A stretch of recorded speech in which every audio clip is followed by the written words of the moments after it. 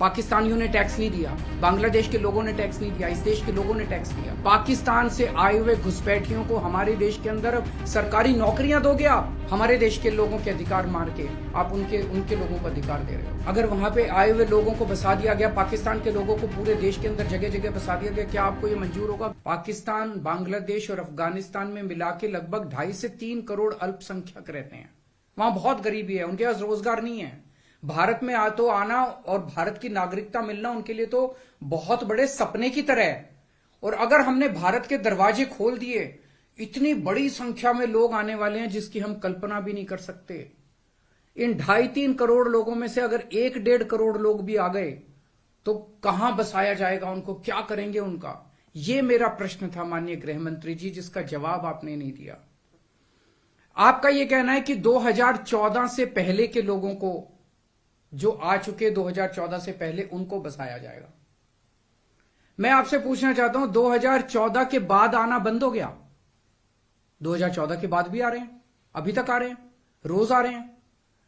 तो अभी तक 2000 जो इलीगल माइग्रेंट आते थे, जो घुसपैठिए हमारे देश के अंदर आते थे, वो डरते थे कि अगर आ गए तो हमें निकाल देंगे, हमें पकड़ लेंगे, हमें जेल में डाल देंगे। उन्हें डर रहता था क्योंकि वो इलीगल थे। अब आप ये कानून लाके उनको लीगल बना रहे हो, अब उनका डर खत्म हो जाएगा। पूरे तीनों देशों के अंदर अब मैसेज ये है कि भारत सरकार अब जो है इन तीनों देशों के घुसपैठियों को लीगल करने जा रही है।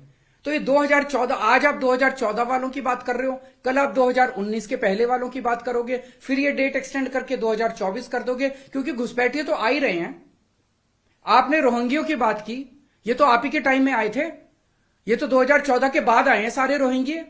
कैसे आए? आपकी मिली भगत से आए कि आपकी नाकामी की वजह से आए? पूरे देश में कहां कहां आपने रोहिंग्यों को बसा रखा है?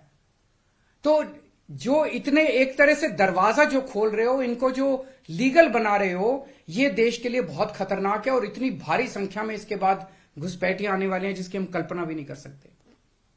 आज जो 2014 के पहले भी आए थे, हमारे देश के अंदर उनके अधिकार नहीं है। आप उनको नागरिकता देके अब सरकारी नौकरियों दी जाएंगी उनको। पाकिस्तान से आए हुए घुसपैठियों को हमारे देश के अंदर अब सरकारी नौकरियां दोगे आप? उनको उनके राशन कार्ड बनाएंगे हम लोग।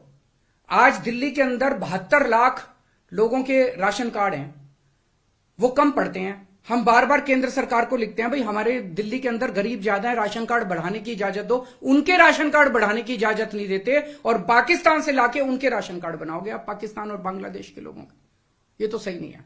हमारे देश के लोगों के अधिकार मार के आप उनके लोगों को अधिकार दे रहे हो। सरकारी पैसा हमारा पैसा है, सरकारी पैसा 140 करोड़ लोगों का पैसा है, हमारे टैक्स का पैसा है। पाकिस्तानियों ने टैक्स नहीं दिया, बांग्लादेश के लोगों ने टैक्स नहीं दिया, इस देश के लोगों ने टैक्स दिया।